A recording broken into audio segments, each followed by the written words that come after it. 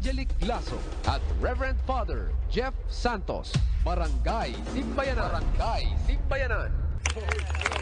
Okay mga kapanalig, pag-uusapan natin ang tungkol sa charismatic movement. Pero higit dyan yung pong tinatawag na direksyon ng mga charismatic groups at mga tao pong sinasabi nating inspired by the Holy Spirit na kumikilos sa kanilang buhay at sa kanilang mga communities. Father, mas maganda pa-explain na natin ito mula po sa ating panauhin, mula po sa Ligaya ng Panginoon Community, si Ginoong June Cruz. Magandang umaga, Brother June, and welcome. Sister Angelic, Jeff. Morning po. Naku, siguro, konting rewind muna tayo kasi mayroon pong malaking event pala, no? Yung pong Congress, yung National Catholic Charismatic Congress from June 5 to June 7. Marami naman hong familiar sa charismatic groups and charismatic movement. And madalas, like Father, for instance, sa inyo bang parokya, meron ba kayong charismatic community? Usually fall nga yan under the evangelization ministry like El Shaddai, Prex, and Catechism, no? Any form of evangelization kasi yung pagtuturo at yung charismatic ay isa yan sa mga pioneer din ng evangelization. So kung malaman ka, Brother June, what makes a group charismatic? Bakit nagkakaroon ng ganong klaseng taguring o tawag sa isang community? It's a spirituality that we hope we could bring down into the everyday life of people, whether in business, in education, family life, youth, yung mga young professionals. At so ano ba yung charismatic renewal? It's a life that is lived in the power of the Holy Spirit, so that wherever you are, as an educator, as a businessman, as a youth leader, as a government employee, magagamit mo yung spirit, kapangyarihan ng Espiritu upang maipaslaganap ang salita ng Diyos. Kasi alam nyo, ang image ng charismatic groups, para sa ilan na hindi ho siguro nakaka-attend dito or baka medyo minsan lang nag-attend, it's very high-spirited. Yung talagang very energetic, yung mga pag-awit, yung talagang ramdam na ramdam mo yung init ng Holy Spirit. Meron pang portion na merong, ewan ko akong talagang nangyayari sa lahat ng communities ito na merong, nagto-talk, speaking in tongues na meron ganon. Pero of course, maganda yung tugtugan. Yung talagang, yun po yung parang nakaka-attract din sa ibang tao. Pero beyond that, ano pa ho ang laman ng charismatic? Yun po ang importante rin, yung beyond that, yung after the meeting, yung day-to-day life ng mga tao, how does it translate into the daily life in the families? So, paano po maitatranslatate? It's a spirituality wherein sa lahat ng ginagawa mo, nagtatanong ka, Holy Spirit, paano ko bang isosolve tong problema ko? Holy Spirit, paano ba akong makakatulong ng tama? Holy Spirit, sabi nga ni Father kanina, pagkagising pa lang, Lord, open my lips and my mouth shall declare your praise. Yung paggising pa lang, alam mo na tinatawag mong Espiritu sa buhay natin sa pang-araw-araw. So, hindi dapat ito pang-event, hindi dapat ito pang prayer meeting lang. Kung hindi makita nating sa paggalaw ng mga businessmen sa kanilang mga negosyo, makikita na no to corruption, be honest, may mga advocacies po na pinangangaral itong spirituality ng charismatic renewal. Hindi ho pwedeng ihiwalay yung buhay spiritual sa pang-araw-araw nating buhay. Kasi ang nangyayari, itong masaklap, 85% ba tayo Christian or Catholic nation, Father Jeff? Christian nation. Or Christian nation, and yet napakalalim ng ugat ng korupsyon, ng yung kahirapan, na dala na rin po ng mga mali na mga gawi natin. So, siguro doon nakikita natin na hindi ho bumababa yung ating relationship with God. Yung joy natin na nasa buhay natin siya, hindi natin nararamdaman sa pang-araw-araw nating buhay. Kaya po yun sana gusto namin ibahagi dito sa 7th NCCC, yung 7th National Catholic Charismatic Renewal. Bago po na sa isip to, nanggaling po kami ng Bethlehem. Ipinatawag po lahat ng mga charismatic leaders sa buong mundo. Pinagdasalan. Worldwide pala to. Worldwide po ito. Nasa Bethlehem kami at sabi, ano bang pinapagawa ng Panginoon sa atin? At habang nagpe-prayer meeting doon, nag-brown out po. Ang galing. Sa Bethlehem po, hindi nagba-brown out because it is a top tourist destination. Pagka ikaw nag-brown out doon, sira na yung negosyo mo. Major problem. Major problem yun. Nag-brown out o nagpe-prayer meeting kami at habang nagpe-prayer meeting, na-receive lang namin na sense na sinasabi, you have no more power. You have no more power. Marami tayo, ini-expect natin ng mga tao, dapat ganito, dapat ganyan, gawin natin to. Pero hindi naman natin magagawa ito kung wala naman yung kapangyarihan ng Espiritu Santo sa atin. We expect a lot from ourselves and from the people we hold, but it's only through the power of the Holy Spirit. And yung 7th NCCC, ginagather po namin lahat ng mga leaders ngayon. Sinasabi ng Panginoon, we need to come back to Him. We need to receive His power again. And He is promising a perpetual outpouring of the Holy Spirit. Sabi doon sa isang prophecy na natanggap namin, I will pour out my Holy Spirit again and again and again. But this time, it has to go down. Kaya may mga workshops po kami. Yung Brotherhood of Christian Businessmen and Professionals, they will have an advocacy in the area of economics and business. Ang Caucus for Christ, darating sila. They have an advocacy on global evangelization. Ibig sabihin po yung beyond borders. Kasi kumisa ayaw mong, pag wala kang grupo sa Cebu, hindi ka na nag-evangelize, wala namang kami community dyan, hindi na kami mag-evangelize dyan. Eh, nandiyan naman ibang communities Pwede mo naman. Dapat mag-reach Dapat out. meron tayo, wala yung I'm using the word, parochial mentality, amin lang ito. Kung walang couples dyan, dalhin mo yung sa BCBP, dalhin mo sa Ilim, dalhin mo sa Buklod. Kailangan, ganun yung mentality. Elim will be joining us, a Light of Jesus, Bo Sanchez will be there, and Familia, Christ Youth, iba't ibang mga grupo po yan. Baka po may nalimutan ako, no? Institute for Pastoral Development. Magdadatingan pong lahat yan para po yung power na hinihingi natin sa Espiritu Santo maituro at maisabuhay sa pang-araw-araw at iba-ibang mga segment ng buhay natin sa society. So kasama ho dyan ang El Shaddai, ang Shalom. Lahat po sila imbitado through the Federation of Transparochial Covenant Communities. So lahat po kayo invited po through the Federation na dumating sa June 5 to 7 sa SMX sa Mall of Asia. Pag sinabi natin charismatic, meron po talaga dapat nag-renewal, Opo. or conversion sa ating buhay, hindi po ba? Meron po talaga Kasi if dapat. the Holy Spirit, kung ang Espiritu Santo ay talagang bubuksan mo puso't mo, papasukin mo siya, hindi ka pwede hindi magbago Opo. Hindi ba? May paglilinis din pong kailangan gawin para makapasok naman ng Espiritu. Kailangan din. So, doon po sa yun, makakaroon ng empowerment session talaga. At talagang hihikayatin at tutulungan through the plenary talks. Magagaling po yung mga plenary speakers na darating. Sino-sino po ang mga speakers nyo? 4 po yung plenary talk. And yung sub-themes, ang general theme po is Let the Fire Fall Again. A new Pentecost for a new evangelization. Pero may sub-themes po yan. Yung mga plenary talks po would be fire starters. Yan po yung ibibigay ni Father Herb Schneider. Hindi ho tayo magsusunog, no? Hindi Iba po. ibang klaseng Opo. fire to. Pero mag-iinit po tayo.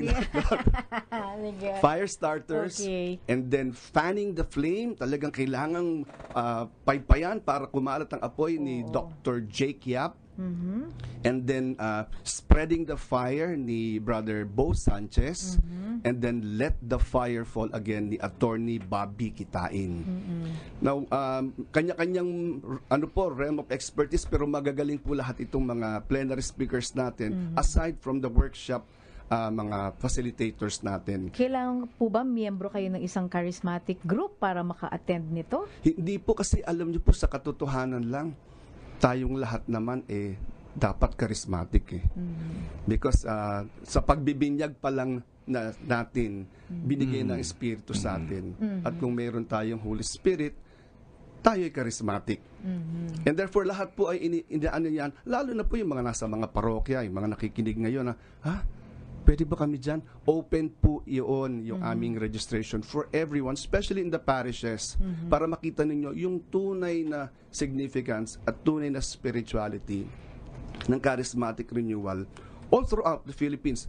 Kasi iba-iba rin po ang expression Kahit sabihin mo namang pare-pareho tayong charismatic, may iba't ibang expression. Oho. Alam niyo po, isa sa mga, sa pag-iikot ko, no, iba-iba daw kasi ang tao, no? Merong iba na talagang gusto nila, pinoproclaim nila yung masaya, maingay, may tunog, ganon, na tumatalon-talon and all that. Meron namang iba po, very spiritual sila, pero kalma lang, Opo. tahimik lang, hindi nila masyadong type yung maingay. So, ano ho ang... Yung paano pagiging ho charismatic maaabot din po, kaya yung mga opo. ganon? Yung pagiging Oo. charismatic po ay wala dun sa maingay o Hindi tahimik. sa ingay. Okay. It's a spirituality. Okay. It's a way of connecting to God that you know, alam mo, kay tahimik ka, kay maingay ka, that you know that the Holy Spirit is that you are the temple of the Holy Spirit. That the Holy Spirit is within you. And keen ka, nararamdaman mo sa pagkilos mo, may gumagabay sa'yo. Kasi yun naman ang pinangako sa atin eh. I will send to you the advocate, the paraclete, who will guide you and who will give the words that will come out of your mouth. Kasi way of life nga ho yung pagiging charismatic, ano, spirituality, way of life. Pero ito ho, ito yung lagi kong tanong pag may mga bisita ho rito. Sana po masagot ko. Good luck. Na nag-organize, na mag-gather, lalo pag ganyang charismatic at transparochial. Opo. Kasi isa sa mga sinasabi natin ay para magamit ito araw-araw. Opo, opo. No, usually, kung mayroong mga conflicts minsan sa parokya, kapag ang isang organization ay nagiging aktibo sa labas ng parokya, hindi sa parokya mismo. No, kasi nauuso nga na como ang mga tao ay natututong sumali sa mga charismatic community, maraming pagkakataon na itong mga ito'y lumalabas ng parokya at hindi mo ngayon makitang tumutulong sa parokya.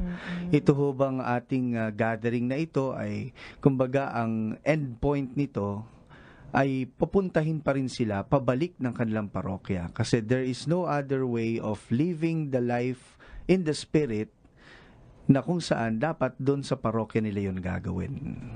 Napaka-importante po na ang bawat isang charismatic ay magkaroon ng ugat, doon sa kanyang parokya.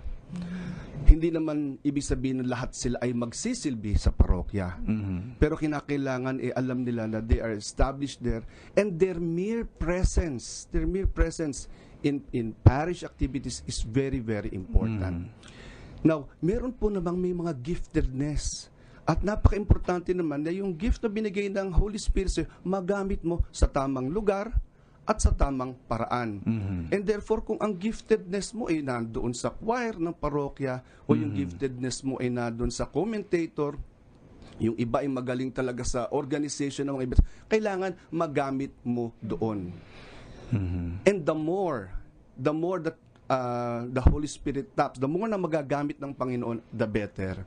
And therefore, ano pong panawagan? Ang panawagan po, especially ako po tumatawag, sa lahat po ng mga nasa parokya ngayon, pumunta po kayo doon, magpagamit kayo sa Panginoon, hingin ninyo ang biyaya, ang handog ng Espiritu Santo upang makabalik tayong muli sa mga parokya at makapagsilbi. Kasi hindi naman kulang ang tao sa parokya. Ang kulang yung nagpapagamit sa Panginoon. Hindi naman tao pinag-aawayan natin, hindi man warm bodies na, ay, kinuha yung mga tao namin. Nagsisilbi rin naman yung umalis, nagpunta sa transport, nagsisilbi rin eh. Pero ang tanong, nagpapagamit ba ang mga tao within the parish to their full extent, to their full giftedness para sa parish? And I believe there's so many gifted people within the parish if only they will allow the Holy Spirit to work. Kaya yun yung request namin. Kami Opo. bilang mga parish priest, di ba, sa Opo. mga ganitong pagkakataon, pwede bang tulungan nyo kaming ibalik nyo sila rin sa parish? Kasi madalas, halimbawa, ang problema namin Nag-serve na sila sa kunwari. El Shaddai namin, halimbawa, ang lagi naming argument, may activity kasi doon sa Amvel. Opo, opo. Ngayon, hindi kami makaka-attend ng ating activity sa parish. Totoo po yun. Kasi meron kaming activity sa Amvel o may activity kami ng Christian Life Program ng Couples for Christ sa ibang lugar ng parokya. Kaya hindi kami available dyan. Ngayon, ang parokya ay nagiging venue lang ng kanilang prayer meeting, nagiging venue lang ng kanilang charismatic rally, pero pagka niyayaya mo na sila, ay, busy ho kami kasi meron kaming outreach sa ganung lugar. Ang aming community ho ay merong parang prayer rally sa ganung lugar. So, syempre, sabi nyo nga galing ito sa parokya, sana doon nila magawa yung kanilang, kumbaga, naglalagablab na puso. Opo. Di ba? Lilinisin natin yung sarili nating bakuran bago tayo lilipat sa iba't ibang lugar. So, tulungan nyo sana kami Kaya na para invited din ang kaparian. Especially the parishes. Libre po ang pare pag nag-register. And si Monsignor Albert Venus po, sabi niya, sige, pupunta ako dyan para makausap ko din yung mga leaders. Kasi nasa diocese ko ang lahat ng leaders ng malalaking grupo. Sabi niya, andun yung sa diocese sa Parañaque, kay Bishop Jesse, nandoon. Sabi niya, and it's a matter of just coming together, coordinating, talking. And I believe everyone is so excited just to help one another, especially in the area of evangelization within the family. Punta po kayo. Para po Paano po magkausap-usap tayo. Paano po sila pwedeng Mayroon po kaming dalawang paraan for registration. So yung pong may mga ballpen dyan, makinig na po kayo. Meron pong online registration. Mas madali po ito for those who are medyo techie. Pupunta lang po kayo dun sa www.7nccc. Yung 7, number 7? Number 7 po. Number 7 Tapos yun. NCCC, tatlong C. Okay. Tapos may dash. Dash. Yung NSC. NSC, yun po yung National Service NSC. Committee. NSC dash CCR. CCR. Tapos dot. Yun na po yun. Com. .com. So that's www.7ncc-nsc-ccr.com. Okay, that's online. That's online. Okay. Ngayon po kung may hirap po kayo, pwede po kami magpadala ng mga manual registration forms sa mga contact persons, sa mga leaders, para i-reproduce lang po at ipapadala na lang sa amin yan. At para po dun sa talagang pumunta na lang po kayo. Meron naman pong sa June 5. On the spot. Meron po tayong on-site registration Saan nga po ba sa to? SMX, Mall of Asia. June 5 po yan, Biyernes. Kung on-site po kayo, agahan na lang po ninyo. Anong oras po ang... Siguro mga alas 4 ng umaga, umalis na po kayo sa bahay. Para makarating naman kayo ng mga... Anong oras ba bago nagsisimula? mag-alas 7. Alas 8 pong simula So bago mag-alas 7, kung kayo pinakapag-register na, makakapasok po kayo. Hanggang anong oras po? Ito po ay 8 to 5 na punong-puno po ito ng mga iba't ibang mga pagtuturo at pagbabahagi. Okay, so talagang magandang pagkakataon nito na isang direksyon din yung pagkilos ng lahat ng mga charismatic groups. At yun na nga, na hindi lang sa alapaap yung pong celebration natin ng Holy Spirit, pero in the real lived world. Totoo po yan. Okay, nako, Brother June, maraming salamat. Nakapiling namin kayo. Thank you very much. More Brother power. June, ng ligaya ng Panginoon Community. Tungkol nga po sa 7th National Catholic Charismatic Congress on June 5, 6, and 7 sa SMX. Tama ba, Father? Mall of Asia. Okay?